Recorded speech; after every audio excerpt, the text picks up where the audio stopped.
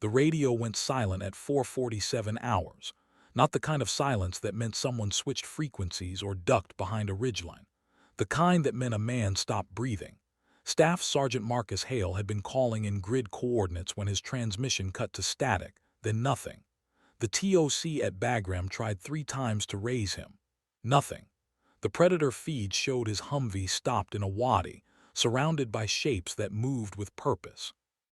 The infantry platoon 20 clicks south heard the final seconds, labored breathing, a wet cough, then the unmistakable sound of a radio hitting dirt. The operations officer leaned back in his chair and said what everyone was thinking. He's gone. They started writing the report in their heads. Another name for the wall, another family getting the knock. But in a revetment 600 meters from the TOC, Captain Nora Vasquez was already walking toward her aircraft. She hadn't waited for clearance, hadn't asked permission. She'd heard the silence and knew what it meant. Her crew chief looked at her like she'd lost her mind. The A-10 Thunderbolt II beside her was deadline, red-tagged for hydraulic issues that made it barely flyable. The right engine was running hot.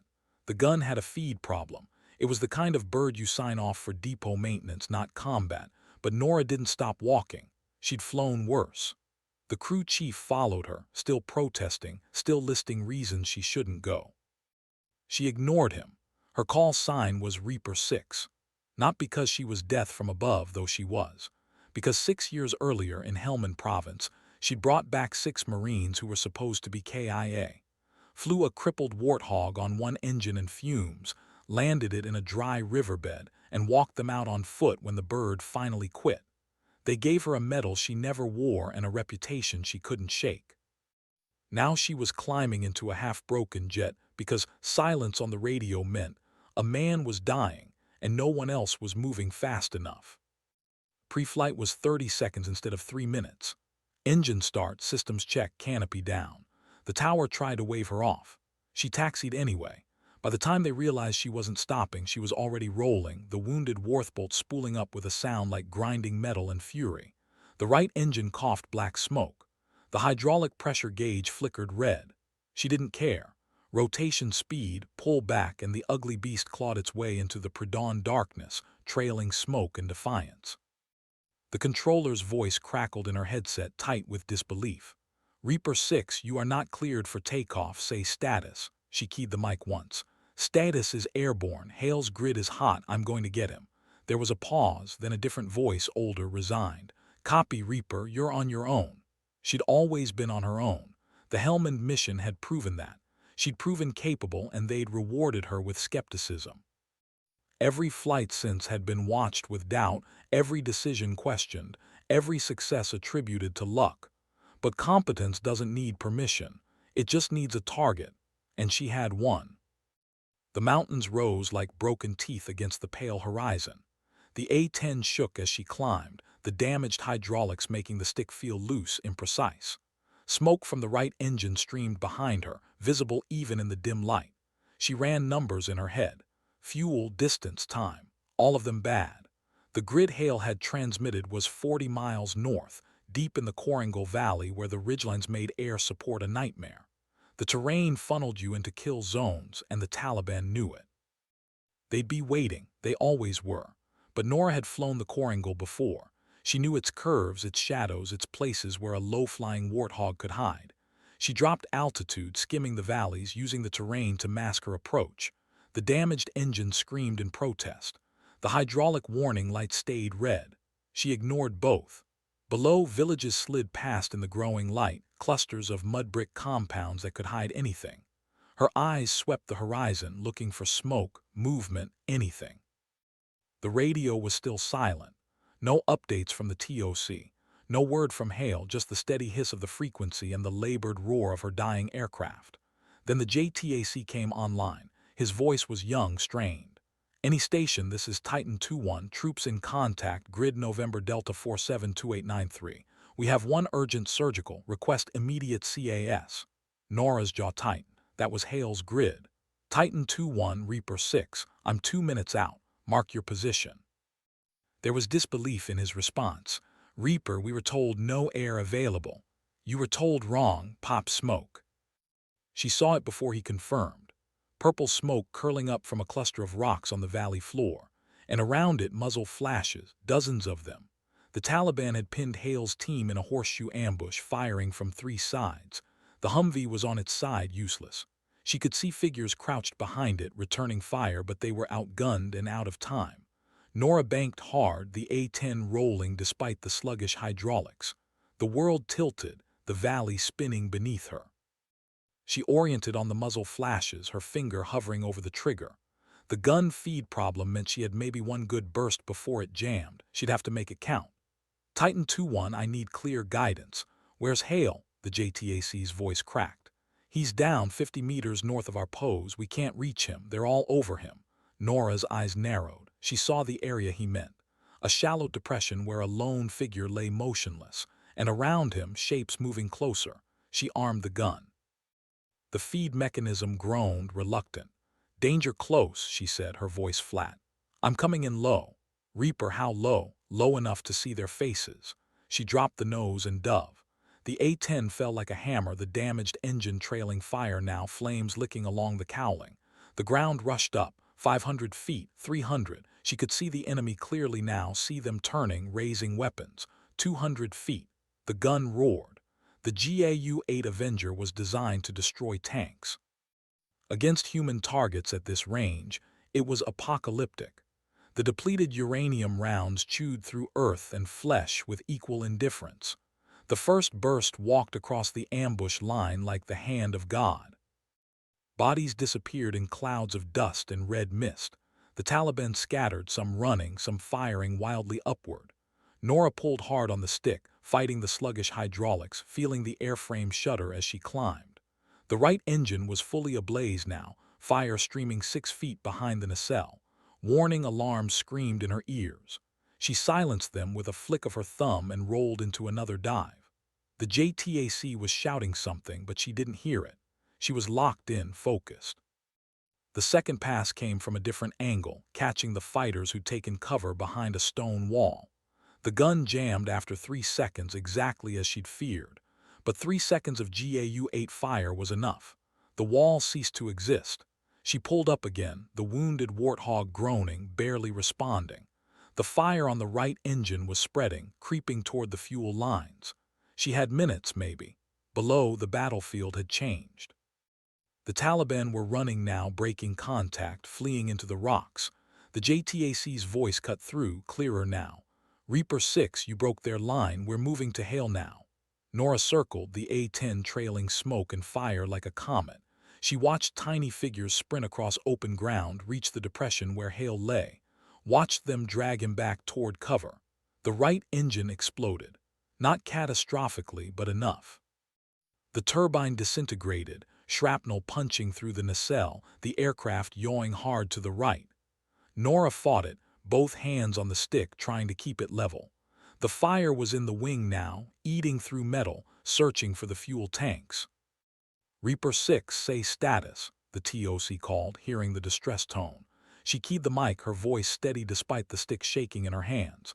Right engine gone, wing fire, I'm staying on station until Titan is clear. Negative, Reaper, you need to RTB immediately, eject if necessary. Titan's not clear yet. She could see them below, still exposed, carrying Hale toward the Humvee. The Taliban had regrouped on a far ridgeline, starting to fire again. She couldn't gun them, couldn't rocket them. All she could do was circle, burning, drawing their attention. And she did. The A-10 was hard to miss now, a flying bonfire carving circles in the sky. Every fighter on that ridge turned to watch it, to shoot at it, to forget about the men below. Nora felt the heat through the canopy, felt the airframe buckling. The flight controls were barely responding. The altimeter was unwinding. She was descending whether she wanted to or not. Titan 2-1, are you clear? A pause that felt like hours. Then, we're loaded, we're moving, Reaper, get out of there. She turned south, or tried to. The A-10 wanted to spin.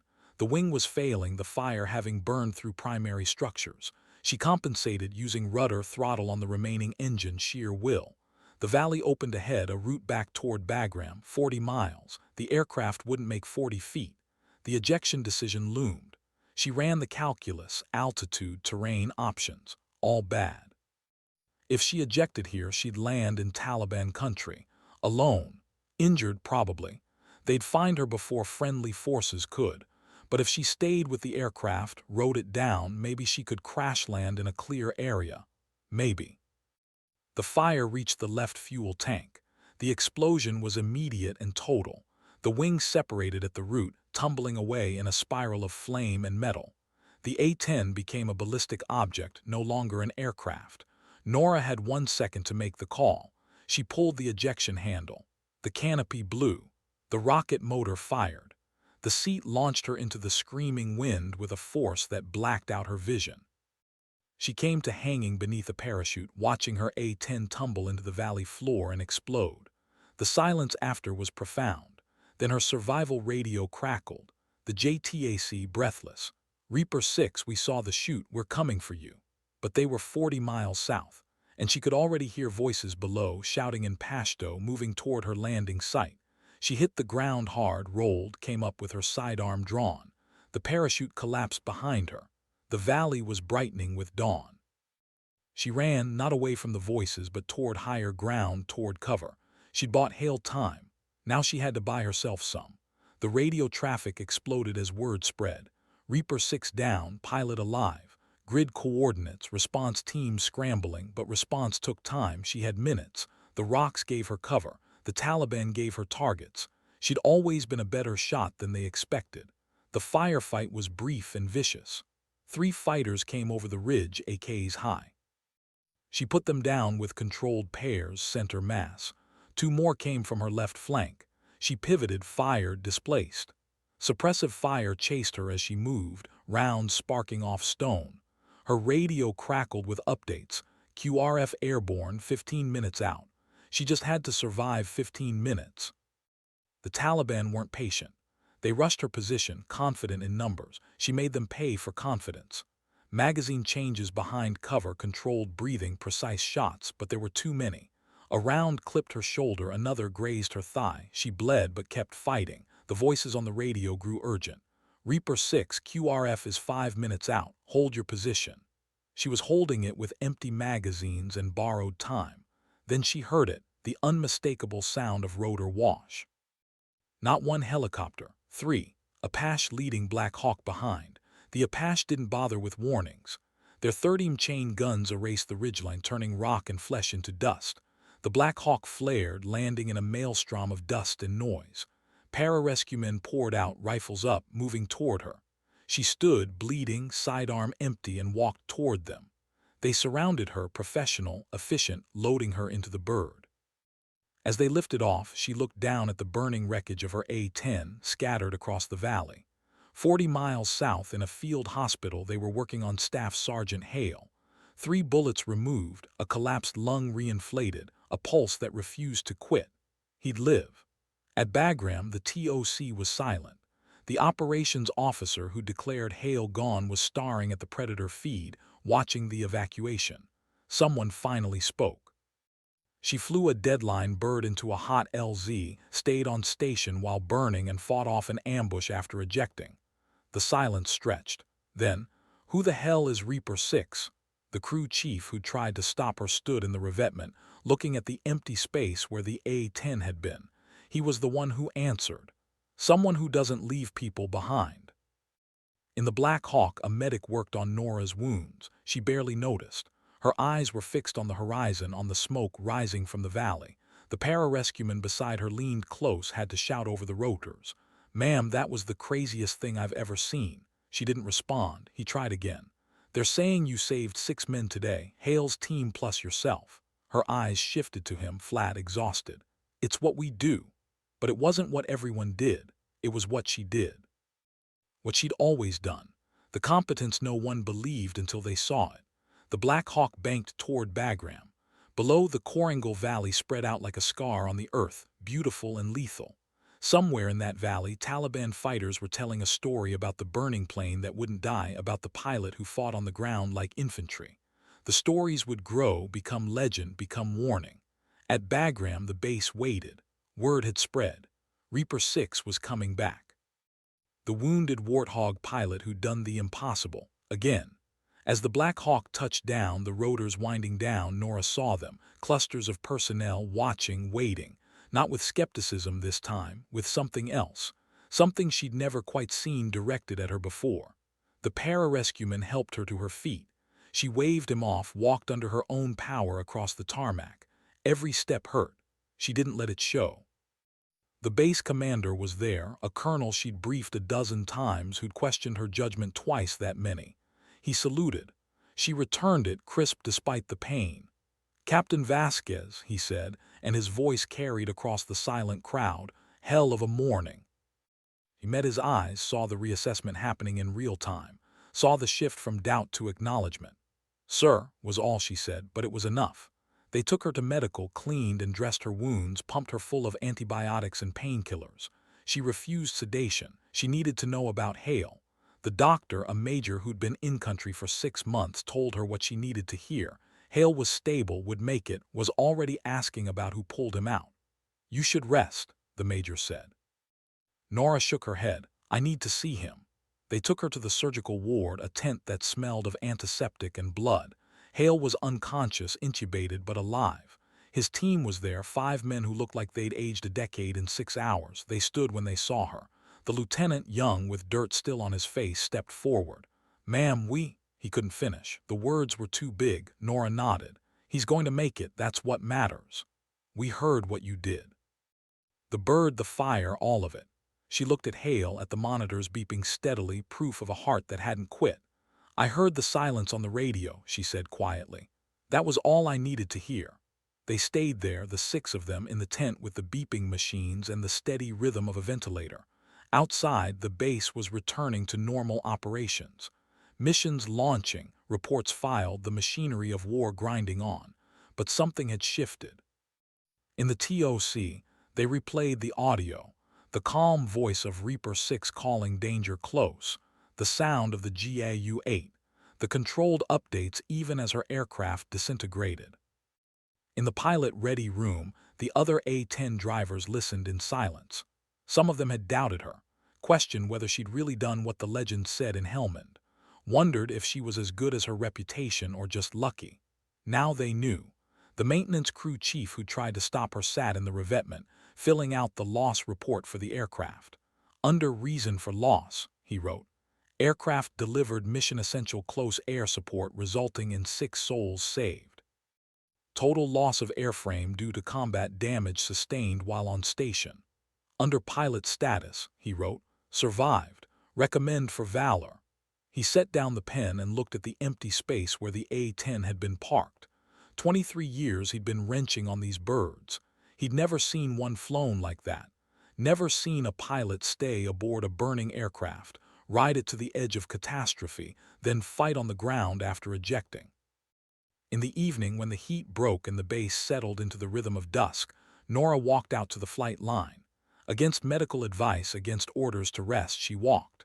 The wound in her shoulder pulled with each step. She ignored it. The A-10s were lined up in their revetments, ugly and lethal and beautiful. She stopped at the space where her bird had been. Empty now, just concrete stained with old hydraulic fluid and newer blood. A shadow fell across her. She turned. The base commander again, this time without the crowd, without the formality. Just a tired man in a dusty uniform. "You didn't have to do that," he said. "Fly a deadline bird. Stay on station while burning. Any of it." Nora looked back at the empty revetment. "Yes, sir, I did."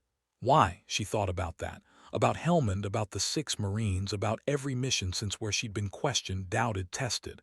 About the radio going silent and knowing what it meant. Because someone had to, and I was there.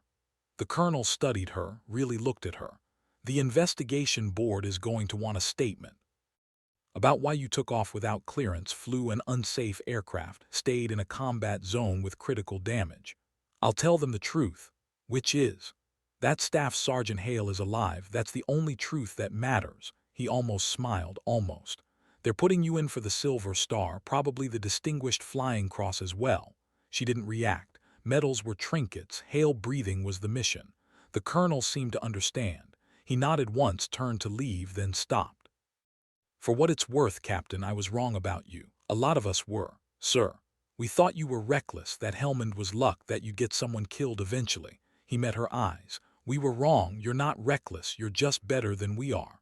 He walked away, leaving her alone with the empty revetment and the settling dust. The night came on, stars emerging in the impossible clarity of the Afghan sky. Somewhere in the surgical tent, Hale was breathing. Somewhere in the TOC, they were planning tomorrow's missions. Somewhere in the Korangal, the Taliban were burying their dead and telling stories about the burning plane. And in the revetment, Nora Vasquez stood and looked at the sky, at the stars she'd flown among, and felt the weight of what she carried. Not the medals they'd give her, not the praise that would fade, but the knowledge that when the radio went silent, when everyone else said gone, she'd said not yet, and made it true. 3 weeks later, Staff Sergeant Marcus Hale walked out of the hospital at Landstuhl, Germany. Walked with a limp he'd carry forever, but walked. His first question was about the pilot. They showed him the footage, grainy predator feed of the A-10 circling, burning, refusing to die. Showed him the after-action reports, the statements from his team, the recommendation for valor.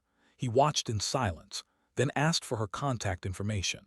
They told him she was back at Bagram, flying missions. He wrote her a letter. It was short, a single page, but every word was carved from gratitude and awe. It ended with a line that would follow her forever. You didn't just save my life. You proved that courage isn't about being unafraid. It's about being terrified and doing it anyway. She kept the letter in her locker, never mentioned it, never showed it to anyone. But sometimes on the hard days, the days when the missions went wrong and the bullets came close, she'd read it and remember why.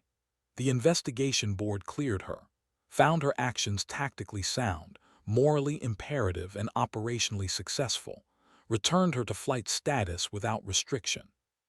The Silver Star came with a ceremony she tried to skip. They made her attend. The Distinguished Flying Cross came in a box she didn't open for a month, but the real recognition came in smaller ways. In the ready room where the other pilots stopped questioning her calls, on the flight line where the crew chiefs worked on her bird with extra care, in the TOC where the controllers trusted her voice without hesitation. She'd proven what competence looked like. Not loud, not showy, but absolute. 6 months later, Nora was reassigned stateside, her combat tour complete. The send-off at Bagram was quiet, just her squadron and a few others who'd flown with her. They didn't make speeches. They didn't need to. The new pilots coming in would hear the stories about Reaper 6, about the burning A-10, about the pilot who flew into hell and brought people back. The stories would grow, become legend, become the standard against which others were measured. But Nora didn't think about legacy as she boarded the transport. She thought about Hale walking in Germany, about the 6 Marines from Helmand, about the silence on the radio and the choice to answer it. The C-17 climbed into the Afghan sky one last time, banking west toward home. Below, the mountains fell away, the valleys and ridges where she'd fought, where she'd burned, where she'd proven that competence needs no permission. And in those valleys, in those mountains, the stories continued. Taliban fighters warning each other about the plane that wouldn't die. Infantry teams calling for Reaper 6, not knowing she was gone. Pilots trying to live up to a standard they'd only heard about. The legacy wasn't hers to carry. It belonged to everyone who heard the stories and decided that when the radio goes silent, the answer is never gone. The answer is not yet.